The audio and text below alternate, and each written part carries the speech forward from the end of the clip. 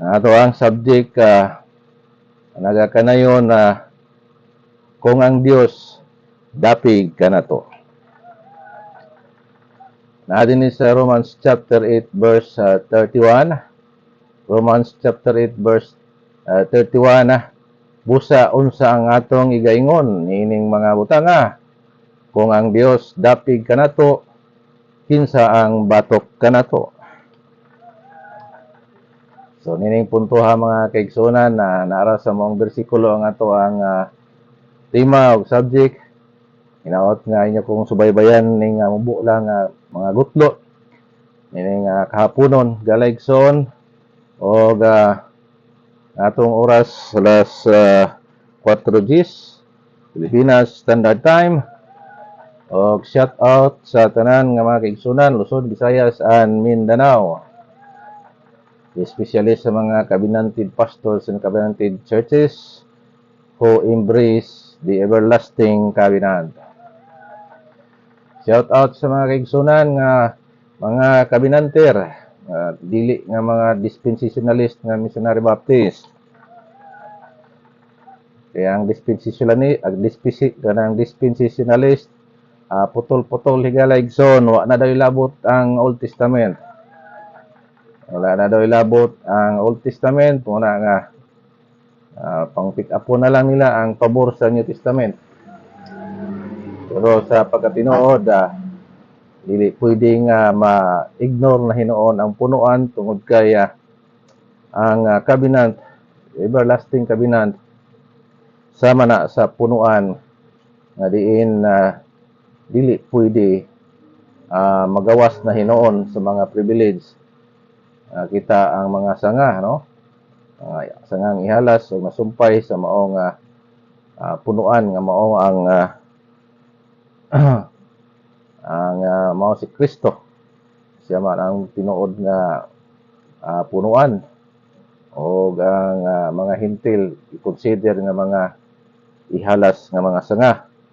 Samantala nga ang tunay nga sanga, ang Israel in the flesh, ipamputol sila tungod sa ilang pagkadili matinuohon o kita nga nituo o nag-embrace o nidawat nahimong nakaambita sa mga the same privilege o iyagyod ang dungog o himaya ikalekson. Sa akong punto din mga kaigsunan, kung ang Dios dapig kanato, kitsabay makabato kanato. Ang tubag nini mga kaigsunan, wala gyud. Wala gyud bisan kinsa nga makabatok o makasukol o makapildi. Tungod kay wala masulat sa balaang kasulatan, wala pod sa ubang mga libro nga ang pinakagamhanan sa nga tanan ang matarong nga Dios o makagahom sa nga tanan nga gipildi sa maong dautan, no? Wala gyud. Daghanong mabasa o daghang masilip sa maong kasaysayan nga dugay rang gipildi si Satanas. Dugay ra siya nga gibukol-bukulan ni Ginoong Hesukristo. Sa diin nga si Kristo din pas kalibutan, wala siya nagmadaugon. O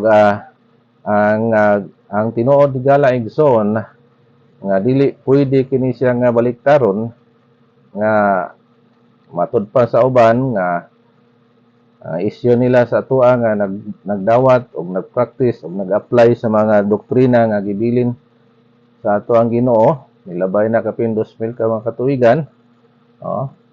Shout out dahil sa kongsoon na akong parente Eduardo Bautista is watching now. Shout out dahil kanimo Lord, ayaw ibalhin kay sa kini ka mga butang para nimo sa mga espirituhanon nga bahin. So dili pwede higalaygson nga ang puti mahimong itom o ang itom mahimong puti, no? Ay ang pangutana na asa naman ang puti kung ang puti nahimong itom, kung ang itom pod paputi o nasa naman pod ang itom. So dili pwede mga kaigsunan nga ang nagrepresent sa itom si Satanas, nya sa puti ang Dios, dili pwede nga ang Dios himuong Satanas. Di na siya pwede, no? Mao man na ilahang sumangil sa nagahupot sa mga pagtulunan, no? Nga dili pwede makigistorya sa maong nagtudlo og outer darkness, nagtudlo og kanang covenant, nagtudlo og kini nga three destiny, dili daw kuno sila gusto nga muduol og makigistorya sa amoa kay ang puti daw pa itumon ug ang itom papution, no? Ang mali imong insakto, ang insakto imong mali. So asa man kakakitaan na higala igsoon, no?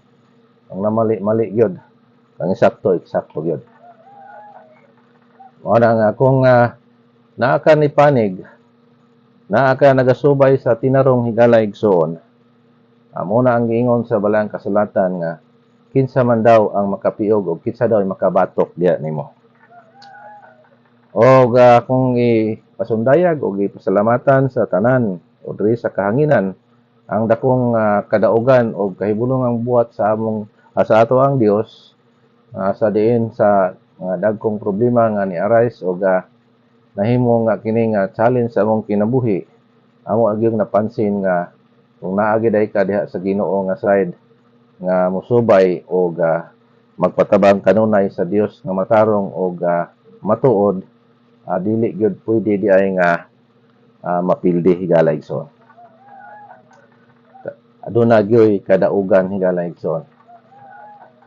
Kaya wala pa lagi nasulat nga ang dautan nahimong nakadaog batok sa maayo. No? So naay ma-record sa history nga perting lukso-lukso sa dautan kay ang kalaban niya napildi kay dautan mapud ang ihang kalaban. Pero kung matarong na ang kalaban niya, maayo niya siya evil. So dili gyud pwede nga makadaog ang dautan. No? Inumdum ko sa ganang gitawag nga boxing ni Holyfield og ni Tyson, no? Si Tyson ni balik siya sa larang sa boxing na diin nakagawas siya sa prisuhan tungod kay napamatud-an nga rapist siya og ni balik siya sa pagboxing og di basta-basta ang iyang kapasidad, di siya basta-basta pildihon pero gipildi gid siya ni Holyfield kay ang gisaligan ni Holyfield dili iyang sarili, dili po dinaotan niya kani iyang gikot ang Philippians 3:13 man siguro na I can do all things through Christ which strengtheneth me. Unya nagrepresent daw kuno si Tyson sa evil, samantala si Holyfield sa good. Pildi siya, no? Grabing pildi ha og gikan adto wala na gid siya, no? Na retired boxer na gid si Tyson. Mga kaigsunan timan-an nato ni pag-ayo. Matod pa sa akong nabati sa radyo nga kapag may katuwiran ipaglaban mo. Tanaw nimo nga naa kas tama, ipaglaban nato, no? Kay na magkas tama o ang tama mao gyud nay paboran sa ato ang Ginoo. Matod ba dinhi sa 33, kinsa ang makasumbong batok sa mga pinili sa Dios? Ang Dios mao ang pagkamatarong. Sa book of Romans chapter 8 ni sa padayon nga bersikulo. Kinsa ba ang nagahukom sa silot? Si Kristo Jesus mao ang nagpakamatay labi pa gayud. Ang gibanhaw gikan sa mga minatay ang atoa usab sa tuong kamot sa Dios nga mao usab ang nagapangamuyo alang kanato. No? So mao ning papel ni Ginoong Kristo. Gisakit siya og gidagmalan siya og siya mao ang kordero. Siya ay nahimong nagbayad sa sala. Siya ay gipatay pulis atong dapit imbis kita untay patyon apan si Kristo nagpakamatay. Mao na mga kaigsunan nga napamatud-an na sa istorya ug sa Biblia. Abi ni Satanas nga pildi o nidaog siya pero pagkabanhaw ni Jesus Christ, dito na pamatud-an ang iyang pagkapukan o pagkapildi. O mao na nga, basta naa ka sa Dios, nakasandig sa pader, nakasandig sa bakal. Matud pa ni Apostol Pablo, it's hard to kick the prick. It's hard to kick the prick. Lisod daw kuno si paon ang tunok. Kaya nakasulay si Pablo og sukol sa Dios. Nakasulay si Pablo og fight. Wa sa kabalo nga ang iha di ay kalaban ng Dios di ay mo na nga surrender gyud si Pablo. Shout out day kay Obispo Madilbin Madilis. Ay, Obispo, mayong adlaw. Maayong kayong adlaw, Obispo. Nag-watch day ka karon og salamat kayo, mentors, no? Ikaw ako ang Father of Faith. Kumusta diha sa Tagum o ginaot nga ang Dios manalangin po diha kaninyo og ini atong programa usab. Tabang po sa pagampo nga mapadayon kini tungod kay daghan kayong mga hamon og challenge sa ato ang programa ug daghan kayong mga baser og nag-criticize og sama po sa amoang naagian sa maong kaso sibil og criminal case. Daghan kayong mga criticism among nadawat, mga negative, no? Apan wala mi nawad-ag pag-alaom kay nasayod mi nga ang Dios dapig sa atoa. So basta agsugod gani daotan po na ang humana na. Murabag ka nang namatunis o ka nang nasayop primero sayop na ginatanan, no? Wala nga ilan lang nga i-back to zero kung gusto nimo nga i-insakto. Dili kay ang insakto himo nimong mali. Yang mali himo nimong insakto. Wala mga kaigsunan, no? Ani atong makita dinhi. Basta nga ganita sa side sa Ginoo, tinarong gani nang ato ang intention o gato ang sa side na to tuhi gyud nga magmadaogon gyud ka tungod kay ang atong Dios gamhanan sa ngatanan mo o kaya niya ihatag ang pabor kung gusto niya. Muna mga kaigsunan. O naihamon din ni mga kaigsunan nga din alang sa mga kabinanter, no? Matod pa daw din kinsa ang makapahimulag kanato sa gugma ni Kristo? Ang kaguol ba, no? Kung ang kasakit, kung ang paglutos, kung ang gutom, kung ang pagkahubo, o kung ang katalagman, o kung ang hinagiban, puros kini i-itemize gyud dinhi. Matod pa dinhi ingon sa nasulat na, tungod kanimo gipamatay kami sa tanan nga adlaw, ginaisip kami nga ingon sa mga karniro sa ihawan. Panang tubag dinhi mga kaigsunan dili kundi nining tanang mga butanga kita labaw pa kay sa mga mananaog pinaagi kaniya nga nahigugma kanato. Praise the Lord mga kaigsunan. Nalaygon gyud kayo ang Ginoo, no? So ang ato ang pattern, ang ato ang example, ato ang manluluwas, ang atong hari nga mo si Ginoong Jesucristo, iyan na kining gihatag ang hint para nato na angay ta dili mahadlok ug dili ta maluya ug dili ta ma-discourage tungod kaya walay makapiog lagi matud pa dinhi, no? Bisan ka talagman, kaguol, kalutos o kapitos, kawaladon, bisan kamatayon, matud pa nga dinhi atong ato apag yung palawmon. Kay nasayod ako nga bisan ang kamatayon, bisan ang kinabuhi, bisan ang mga manulunda, bisan ang mga kagamhanan, bisan ang mga butang karon, bisan ang mga butang palabuton, bisan ang mga gahom, bisan ang kahitasan, bisan ang kahiladman, bisan kinsa sa uban nga mga binuhat, sila dili arang makapahimulag kanato gikan sa gugma sa Dios nga anak kang Kristo Jesus nga atong Ginoo. Ag kanindot higala igsoon. Basta kay naa ka permente ni sandig ato ang freedom of choice na kanunay sa ato ang manluluwas Nga diin siya lang gid ang atong lantawon matud pa sa Hebrews, no? Hebrews 12, looking unto Jesus, the author of the finisher of our faith, hud kaya tested na, no? Legit o kanang gitawag nga anang dili ni siya gyud scam tungod kaya mapamatud-an sa daghan nga mga pagpamatud og witness mga kaigsunan din si Kristo nidaog sa pagpakigbugno sama sa ato ang gihimo nga nagpakatawo manginyo si Ginoong Kristo, no? Unya yatang gitagaan og challenges nga dili ta angay mahadlok, no? Bisan kamatayon, bisan unsa, no? Kay og mamatay ta kaya man ta ni Kristo banhawon, di ba? Muna nga agkaisuga gining mga followers sa ato ang Ginoo, no? May tawag nga no, never retreat, no surrender galaigson, no?